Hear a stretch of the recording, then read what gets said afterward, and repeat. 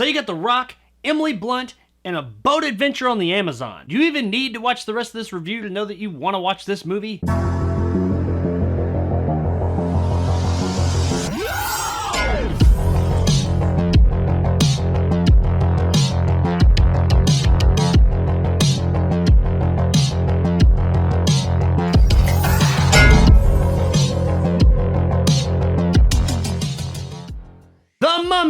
Pirates of the Jungle Cruise is brought to us by director Joan Colette-Serra and stars Dwayne Johnson and Emily Blunt. So this is the next Disney live-action adaptation of one of their theme park rides. I mean, it worked great all the other times, right? We got Pirates of the Caribbean, Tomorrowland? Yeah, that's about it. And we're about 50-50 now. Probably less than that if you take into account the Pirates of the Caribbean sequels. But whatever, that was those movies, and we're talking about Jungle Cruise. So, was a movie based on a theme park ride actually worth going to see? Yes, kinda. I'll just go ahead and throw it out there right now. If you are a fan of 1999's The Mummy, or the Pirates of the Caribbean movies, or really just The Rock in general, you're probably gonna find something in this movie to like. And honestly, there is quite a bit in this movie to like. I had a pretty good time with this movie. And the thing that contributed to that enjoyment the most would absolutely be Dwayne Johnson and Emily Blunt's performances. Most notably Dwayne Johnson, but Johnson and Blunt's chemistry together was fucking awesome. These two made the movie. Anytime they were on screen together, the playful banter between them just made it a joy to watch. Blunt's not just a damsel in distress here. She's very resourceful and can handle her own, but not to the point to where she's totally flawless and infallible. Her character, just like Johnson's in the film, makes mistakes. I really like how they did this. I thought that they were gonna make his character kind of a bumbling idiot and her character just totally infallible. But no, they both have their idiotic moments that are pretty funny and add to the believability of their characters in the film. Now, while Blunt's great in this and her chemistry with The Rock is wonderful, she, like many others throughout cinematic history, pale in comparison to the charismatic bravado that The Rock oozes at any given time. If there was ever a human being that was born to be on the screen, it is Dwayne The Rock Johnson. He spouts off corny-ass jokes from beginning to end that the punchlines aren't funny, but the fact that he's saying them and the way that he's saying them are funny. But really just the guy on screen. He has such a screen presence, you can't help but want to watch it. He has one of the most likable presence of all of Hollywood. And while there were other aspects of this movie that I did enjoy, it was Johnson and Blunt's performances together that really made this thing shine. Now everybody else is good too, but they all pale in comparison to Blunt and Johnson. This is their movie and it is squarely on their backs and they absolutely are up to the task. Now it should come as no surprise that this movie has a lot in common with other movies that we've seen before. Most notably, especially after my little beginning there, The Mummy and the Pirates of the Caribbean. It's probably more The Mummy with a bit of pirates sprinkled in, and a dash of Indiana Jones, more specifically The Last Crusade. When I say you're gonna get major 1999 Mummy vibes, I mean it. I mean, even the setup is a lot like The Mummy. You have the strong-willed aristocrat female character played by Rachel Weisz in The Mummy and Emily Blunt in this, her haughty-taughty kind of clueless tag-along brother played by John Hannah in The Mummy and Jack Whitehall here, and the swashbuckling down-on-his-luck rogue hired to help them played by Brendan Fraser in The Mummy and The Rock in this movie. There's a lot of similarities here. They clearly took a few pages, if not some chapters, out of The Mummy's book. But I really like The Mummy, so that's not the worst book they could have cherry-picked from. And what they did pick from there, I enjoy here, and they really make it work. This is an exciting movie. It's got some really fun set pieces that are a bit ridiculous, but they're still really fun. It doesn't take itself too seriously, and its main focus is entertaining you, the viewer. And yeah, I know, that's just crazy for a movie to want to entertain the viewers. Now, not all is sunny in paradise here. The first 3/4 of the movie is definitely better than the last quarter. It doesn't totally fall apart or anything, but much like the Pirates of the Caribbean movies that it's somewhat modeled after, it just kind of gets a bit generic in that last quarter. It is a reasonably entertaining and satisfying ending, so I will give them that. They were able to at least take it home, and even leave it open enough for a possible sequel if this movie is successful. And it is Disney, so if this movie makes money, you best believe that we finna get a Jungle Cruise 2 Cruise Control within the next 2 years. Speaking of it being Disney, there is another aspect of this film that falls a bit short that Disney has become a bit notorious for in the past few years. And that's the villain, or in this case, villains. And I really think that's the problem. Villains and not just villain. We're never really given an opportunity to focus on one villain or another, so both come off as just kind of generic and hollow. Jesse Plemons' Nazi-esque villain, he's not really a Nazi because this is 1916 and the Nazi party wasn't really formed until a few years later, but he is definitely a precursor to to them, so for lack of a better word, we'll just call him a Nazi. But his character is given some character traits, and you do see an interesting character there in the background, but we never get to focus on him at all. We don't get to learn much about him. We're never really given much opportunity with him for him to become an interesting villain. He could have been, because Plemons is playing that shit to the fucking moon. That could have been a great villain. But for whatever reason, he's just not there that much. He does conveniently show up here or there to cause chaos and move the story forward, but that's really about it. There's another villain that will remain nameless because the movie doesn't want you to know about it until a certain point. And this one as well did have an interesting backstory, but it's never really explored beyond the initial part where they tell us about it. We just don't get anything more with these villains. They are a threat, and we understand why they're a threat, but we're not really interested in them. They really could have been anybody, and they're just kind of hollow, and that kind of did take away from the whole thing. A great villain could have really elevated this story up a few notches. Now, something else the movie is absolutely not lacking in is the runtime. The movie clocks in a few minutes over 2 hours, which isn't really that long nowadays, but something about this movie just seemed like it was more than 2 hours long. I did enjoy myself overall with the movie, but it did seem like it went on for a really long time. The pace never took a total nosedive, but there were definitely some parts they could have tightened things up. They could have absolutely cut out a solid 20 minutes of this movie, and it would have been just as good, if not better. All that aside though, it was still an entertaining flick that I had a pretty good time with. There are definitely some things that are holding it back from greatness, but considering it is based on a theme park ride, I think they did pretty good here. Guys, Jungle Cruise was a lot better than I thought it would be. It looks good, it has a fun, lighthearted story, and it has some fantastic chemistry between our two main characters. I could have done with a bit more fleshing out of our villain or villains to make them a bit more interesting, and losing a few minutes to tighten up that pace just a bit. But as it stands, Jungle Cruise is absolutely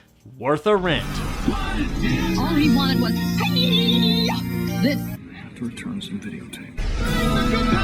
This movie was a pretty good time. If you're a fan of The Mummy or the Pirates of the Caribbean, you're absolutely gonna find something to have a good time with here. So if you're looking for a fairly light, swashbuckling good time for the night, then check out Jungle Cruise, and I think you'll have a pretty good time with it. So there it is, guys, my review of Jungle Cruise. If you enjoyed and want more content like this, hit that subscribe button and help my little channel grow. If you want to help out the channel, check out my Patreon in the description below and become a jarhead and get some of the awesome benefits that go along with that, like these guys. If you liked what I had to say, give me a like. If not, let me know in the comments below why. And as always, stay sexy, Cairo.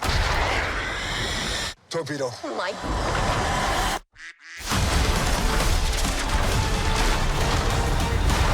So early on in this review, a little over about a minute in, right after I say I did enjoy the movie, crazy ass thunderstorms and electrical storms started and knocked out my power. So as I sat here in the dark and wondered if everything I had just recorded was corrupted because of the sudden loss of power, I noticed that the power wasn't coming on anytime soon, and I had tickets to go see The Green Knight tonight, so I left it and did that. In other words, in the beginning parts of this video, there's a gap of about 6 hours in time between cut. And not just 6 hours in time, but I also went and saw a whole another fucking movie that I'm about to record another review for. And judging by what everybody else is saying about that movie, I am probably gonna get quite a few comments saying that I am fucking stupid and don't know what the hell I'm talking about. Take that as you will and discern what it is I thought about that movie from those comments. Spoiler alert, I didn't like it. Let the salt flow!